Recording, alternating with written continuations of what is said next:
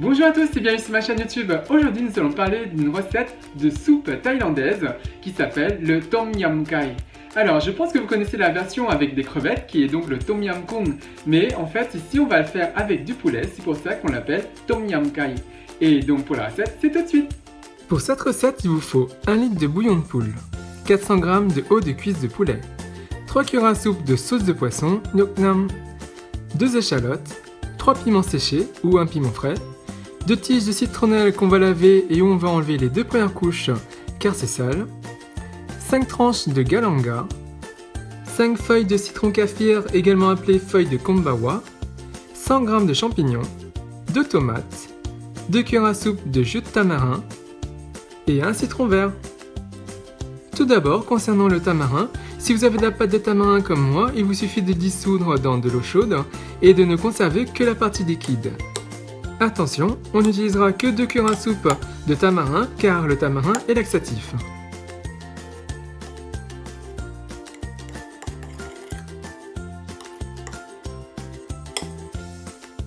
Maintenant, pour les champignons, on va les couper en morceaux. Là, ici, j'utilise des champignons de Paris, mais vous pouvez tout à fait utiliser d'autres types de champignons, comme des pleurotes par exemple, oyster mushroom. En fait, tant que ça n'a pas un goût prononcé, donc ça ira. Vous pouvez même faire des mélanges. Concernant les tomates, on va également les couper en morceaux. Vous pouvez bien sûr utiliser d'autres types de tomates, comme des tomates cerises ou des tomates allongées. En fait, ça n'a pas trop d'importance.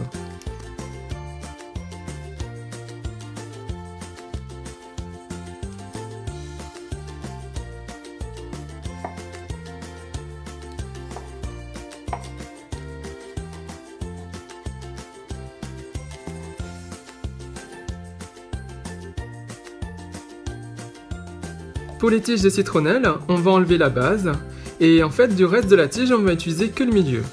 On coupera donc la partie supérieure pour d'autres préparations, donc vous pouvez les utiliser pour des infusions par exemple.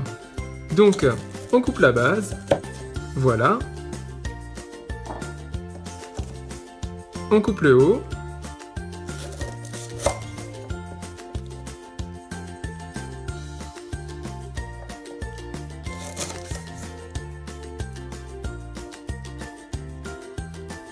Et concernant ce qui reste de la tige, on va faire ressortir les arômes en fait en brisant la citronnelle. Donc on utilise pour cela le dos du couteau et on donne des coups secs sur tout le long de la tige. Ah oui, il faut jeter en fait les 2 premières couches extérieures comme je vous l'ai dit tout à l'heure car c'est sale. On ne garde en fait que l'intérieur de la tige. On coupe maintenant en tronçons et voilà. Concernant les feuilles de citron kaffir, les feuilles de lime, on peut les ajouter telles quelles dans la soupe, mais en fait le mieux c'est de faire ressortir les arômes, donc pour cela on va les couper en 2, sinon vous pouvez également enlever la nervure centrale et n'ajouter que le reste de la feuille.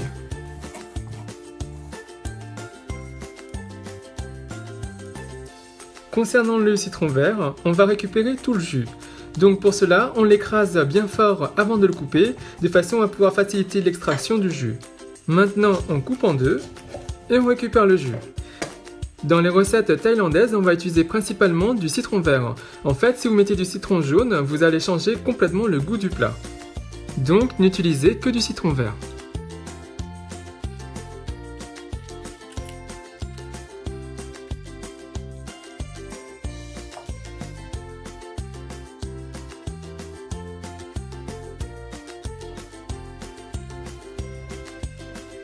Pour les échalotes, on va les couper en morceaux et en fait si vous avez la possibilité, le mieux c'est de les faire griller un petit peu sur une flamme de façon à ce qu'il y ait un côté fumé, un côté brisé dans votre soupe.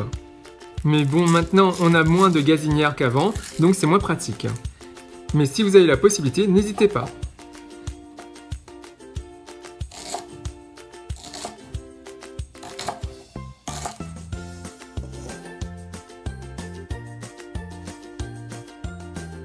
Maintenant, concernant le galanga, on ne récupérera que 5 tranches. Alors ici, je ne vais pas l'utiliser entièrement, donc je ne vais pas l'éplucher entièrement, donc par exemple avec un économe ou avec une cuillère. Et je ne vais couper que ce qu'il me faut pour la préparation. Et je ne vais couper les bords qu'après, mais bien sûr vous pouvez le faire avant. Attention, le galanga n'est pas substituable par du gingembre. Le goût est totalement différent. En plus, le galanga a des propriétés froides, donc yin, alors que le gingembre est chaud, donc yang. Et sincèrement, le goût est vraiment différent. Donc, si vous n'avez pas de galanga, n'en mettez pas, mais ne le substituez pas avec du gingembre. Voilà, maintenant que c'est coupé, on va passer au poulet.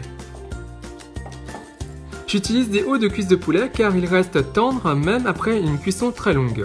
Si vous avez du blanc, ça va être sec et rugueux. Donc, si vous avez la possibilité, prenez du haut de cuisse de poulet. Donc, on enlève la peau. Vous pouvez garder la peau plus tard, par exemple, pour le faire dorer au four.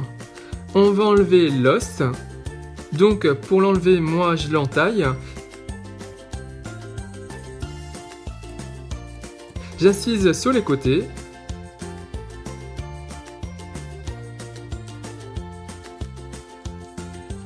J'entre la lame derrière l'os et je le dégage. Je gratte l'os pour que la chair se détache bien et j'enlève l'autre extrémité de l'os du haut de cuisse de poulet.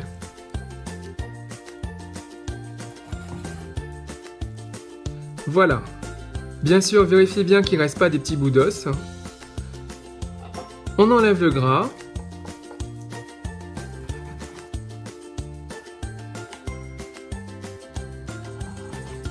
Et maintenant, on va le couper en morceaux. Alors, je ne sais pas pour vous, mais moi j'aime bien utiliser des hauts de cuisse de poulet, surtout pour faire du chicken katsu. Mais bon, ça c'est notre recette.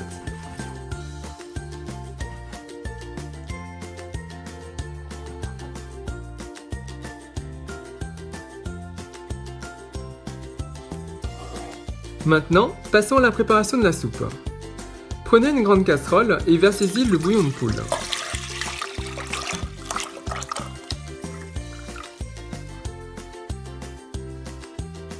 On ajoute le poulet,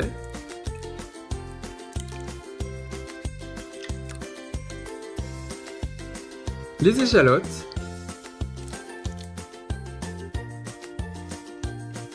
le piment et on va faire bouillir le tout. Si vous voulez que ce soit plus piquant, coupez le piment en deux pour que les graines sortent.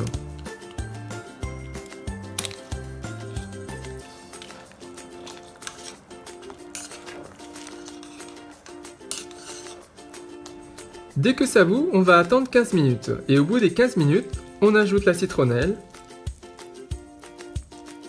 le galanga, les feuilles de citron kaffir et on va laisser infuser les aromates pendant au moins 5 bonnes minutes. Pendant ce temps, si vous ne savez pas quoi faire, vous pouvez tout à fait écumer la soupe pour que ce soit propre.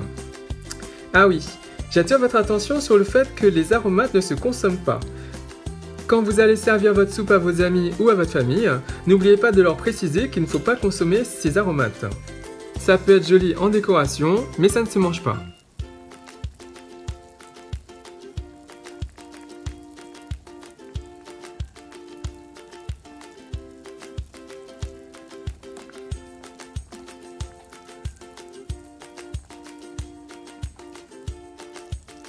On ajoute maintenant les 3 cuillères à soupe de sauce de poisson.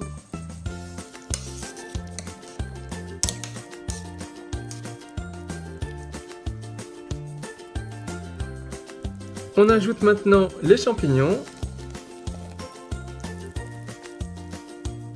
et les tomates.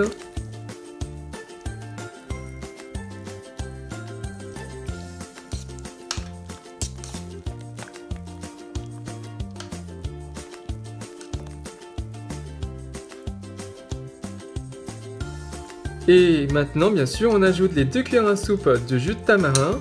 Ça, c'est facultatif, hein, bien sûr, le tamarin. Et maintenant, on coupe le feu.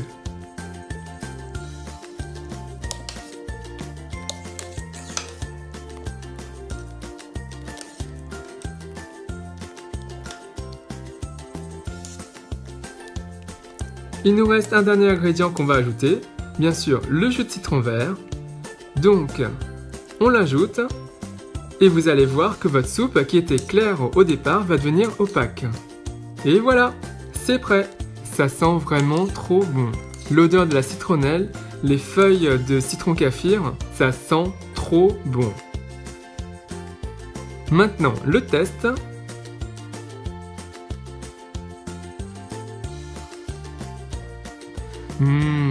C'est trop bon.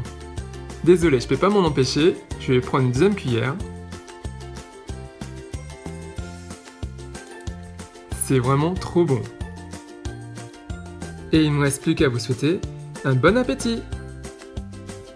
Donc voilà, j'espère que cette recette vous a plu, elle est vraiment très simple à faire. Au niveau de cette recette, ce qui va vous prendre le plus de temps, c'est la préparation du bouillon de poule.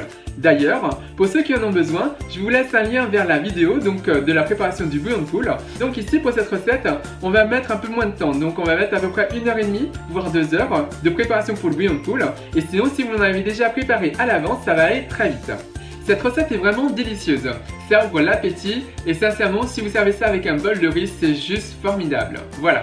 Donc sinon si vous avez apprécié la vidéo n'hésitez pas à faire un big thumbs up, à liker la vidéo, à la partager autour de vous, à vous abonner à ma chaîne YouTube si vous ne l'avez pas déjà fait et moi je vous dis à très bientôt.